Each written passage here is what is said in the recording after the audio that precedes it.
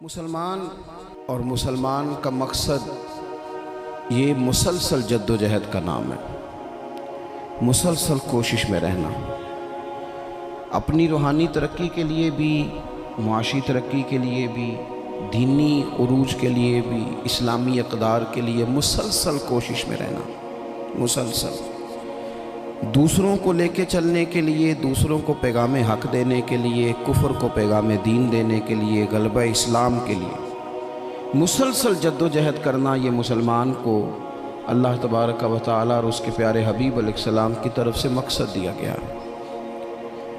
کنتم خیر امت اخرجت للناس، تم بہترین امت ہو، لیکن یاد رکھنا تمہیں لوگوں کے نفع کے لیے پیدا کیا گیا۔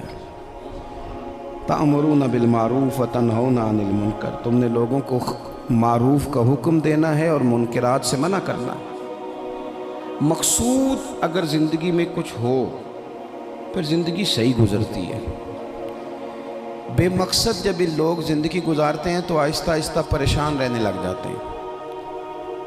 مقاصد کیا تھے؟ مقصد یہ تھا کہ میں نے 2-4 کروڑ روپیہ زندگی میں جمع کرنا ہے، تو ہو گیا جمع، اب کیا کرے؟ اب پریشان رہنے لگ گیا، اب کہتا ہے پتہ نہیں سارا کچھ ہے، میرا دل ہی نہیں لگتا۔ مقصد اس کا یہ تھا کہ میں نے بہت اچھی بلڈنگ بنانی ہے، بہترین مکان بنانا ہے، تو بن گیا مکان، اب بھائی یہ چھوٹے مقاصد تھے۔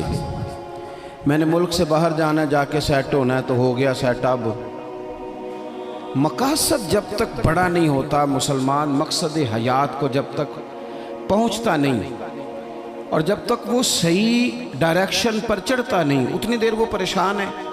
وہ ٹامک ٹونیاں ضرور مارتا ہے، وہ والی بیماریاں ڈھونڈ کے لے آتا ہے جو دراصل اس کی بیماریاں ہیں ہی نہیں۔ وہ ڈھونڈتا چونکہ ان چیزوں کو ہے، پھر علاج بھی انہی کا کرتا رہتا ہے۔ یاد رکھیں، زندگی با مقصد بنائیں۔ مقصد کیا ہو؟ نیری روٹی کمانا مقصد نہ ہو، روٹی کمائیں بھی اور لوگوں کو کھلائیں بھی۔ آپ اگر اس لیے مال بڑھائیں گے کہ میں مالدار ہو جاؤں تو یہ تو محمود نہیں، یہ پیارا نہیں آپ کا یہ نظریہ۔ لیکن اگر مال اس لیے کمائیں کہ یا اللہ پیسے دینا، پر مجھے طریقہ بھی حضرت عثمان غنی والا دینا، مجھے سلیقہ حضرت عبد الرحمن ابن عوف والا دینا۔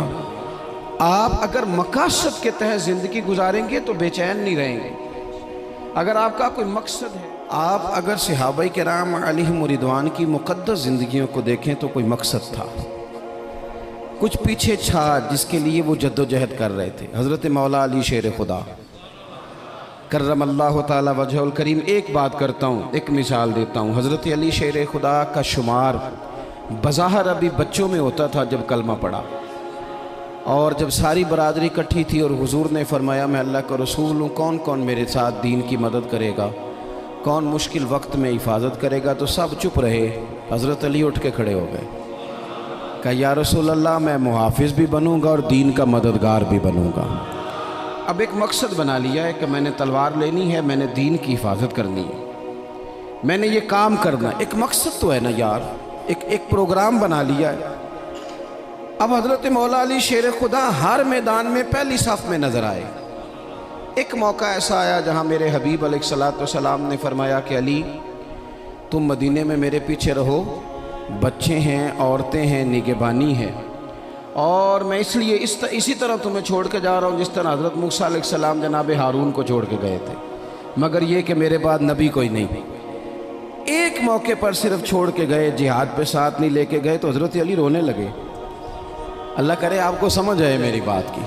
بچہ ہمارا بھی روتا ہے، پر وہ کہتا ہے میں نے سیر کے لیے جانا ہے۔ مقصود کچھ اور بنا لیا ہے نا۔ پیسے ہمارے بچے بھی مانگتے ہیں، پر وہ کہتے ہیں کہ ٹور جا رہا ہے، میں نے ساتھ جانا ہے۔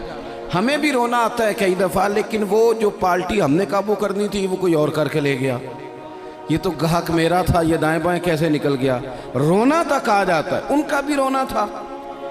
عرض کی یا رسول اللہ صلی اللہ علیہ وسلم آپ مجھے بچوں اور عورتوں پر چھوڑ کر جا رہے ہیں؟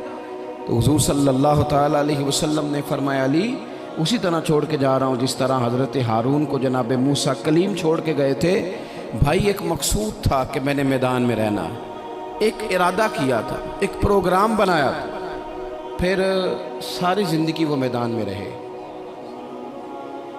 ان کو جب خنجر لگا نا کوفے کی جامع مسجد کے قریب، تو بندے کو تکلیف ہوتی ہے تو وہ ہائے کرتا ہے، بیٹے کو آواز دیتا ہے، نصیحتیں لکھواتا ہے، لیکن مولا علی کو خنجر لگا تو کیا کہتے ہیں؟ کہتے ہیں فزت برب الکعبہ، لو بھائی لوگو رب کعبہ کی قسم آج میں کامیاب ہو گیا ہوں۔ ایک مقصود بنایا تھا نا، آج میں اس مقصود تک پہنچ گیا ہوں۔ یار کوئی مقصد تو ہو۔ لو سنو بات، بخاری میں موجود ہے، ایک خاتون تھی جو مسجد نبوی شریف میں جھاڑو دیتی تھی۔ مشکل کام ہے؟ چلیں آپ بتائیں مجھے، مسجد کے اندر جھاڑو دینا آسان ہے کہ مسجد کا صدر بننا آسان ہے؟ نہیں، صدر بننا ہی سوکھا دے، اس لیے کہ صدر بن کے کرنا کچھ نہیں، نہ آرڈر ہی جاری کرنا ہے، اللہ ماشاءاللہ اچھے لوگوں کی بات نہیں کرتا۔ اس لیے اچھا زیادہ اجر والا کام تو یہ نا کہ اللہ کا گھر صاف کیا جائے۔ میں نے تو علماء سے کئی جگہ کہا ہے کہ اس عہدے کا نا آپ کوئی نام بدل دیں، اس سیٹ کا نگران کر دیں، سرپرست کر دیں، کیونکہ جب صدر آپ کہہ دیتے ہیں نا تو صدر پاکستان کا سب سے بڑا آئینی عہدہ ہے، اور صدر اگر با اختیار ہو تو پہلا کام اسمبلیاں توڑنے کا کرتا ہے، تو پھر مشکل ہو جائے گی۔ ایک خاتون مسجد نبوی شریف میں جھاڑو دیتی تھی، کوئی مقصد تو ہے نا یار، یعنی جمعے والے دن میں نے جھاڑو دینا ہے، کوئی مقصد تو ہے۔ میں نے یار اللہ کا گھر سمجھ کے، کمیٹی کی مسجد سمجھ کے نہیں، محلے کی مسجد سمجھ کے نہیں، رب کا گھر سمجھ کے میں نے یار وہ واش روم صاف کرنے ہیں جن کے اندر لوگ گزرتے ہیں اور نماز کے لیے اپنے آپ کو تیار کر کے لوگ وضو سے فارغ ہو کر کے آتے ہیں۔ ایک مقصود ہے، ایک ارادہ کر لیا ہے، کوئی پروگرام تو ہو، ایسے محمل فضول وقت گزرتا جائے۔ یعنی ہمارے ہاں نا کچھ لوگ کہتے ہیں میں بور بڑا ہوتا ہوں۔ آپ نے ناراض نہیں ہونا، میں سینکڑوں اور ہزاروں لوگوں کو جانتا ہوں جو ان سے پوچھنا کیا کر رہے ہیں تو کہتے ہیں ٹائم پاس کر رہا ہوں۔ میں کہتا ہوں آپ نے ٹائم کو بالکل فضول سمجھ لیا ہے۔ کیا سمجھتے ہیں آپ زندگی کے لمحات اتنے فارغ ہیں؟ اور نبی پاک صلی اللہ علیہ وسلم نے فرمایا دو نعمتیں ایسی ہیں جن کے بارے میں بہت سارے لوگ دھوکے میں ہیں۔ دو نعمتیں کہا حضور نے، نعمتان، دو نعمتیں ایسی ہیں جس کے بارے میں لوگ دھوکے میں پڑ گئے، انہیں سمجھ نہیں آئی کہ ہمارے پاس نعمت یا رسول اللہ کون سی؟ حضور نے فرمایا ایک صحت اور ایک فرصت، ایک صحت اور ایک فرصت۔ اللہ نے فارغ وقت دیا تھا کہ بہت سارے قرآن پاک پڑھ سکتا تھا، درود پاک پڑھ سکتا تھا، کوئی کام کر سکتا تھا، لیکن بس اس چوک میں گزر گیا، اس گلی میں وقت گزر گیا، فلانے کی باتیں کرتے وقت گزر گیا، میلوں ٹھیلوں میں گزر گیا، شگل میلوں میں گزر گیا، کوئی ٹھنڈے علاقے کی سیر میں گزر گیا، جو بچا تھا وہ موبائل پہ گزر گیا، بیت گئے اوقات ہمارے۔ کوئی مقصود ہے میرے عزیز؟ مسجد میں جھاڑو دیتی ہے خاتون، بیمار ہو گئی لیکن با مقصد زندگی گزار رہی تھی نا، اس نے کسی نہ کسی طریقے سے اپنے آپ کو مدینے والے محبوب کے دین سے جوڑ لیا تھا۔ جھاڑو دیتی تھی مسجد میں، بیمار ہو گئی، قربان جائیں رسول کائنات یعنی اللہ کی رحمت کاملہ حضور خود چل کے تیمارداری کرنے تشریف لے گئے اور فرمایا اگر یہ انتقال کر جائے تو مجھے خبر ضرور کرنا۔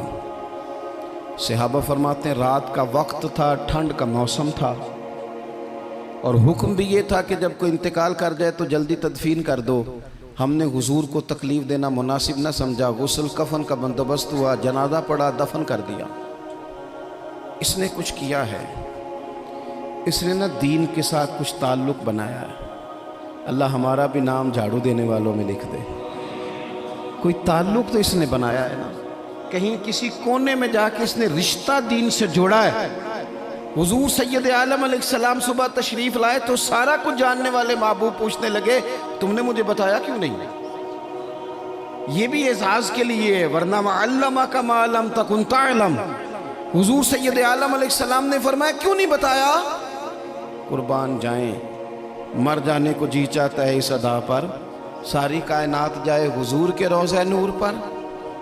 اور نبی پاک نے پوچھا بتایا کیوں نہیں؟ یا رسول اللہ رات تھی، تکلیف دینا مناسب نہیں سمجھا۔ او بوڑھی اماں تیرے نصیبوں پہ ہمارے ماں باپ قربان ہو،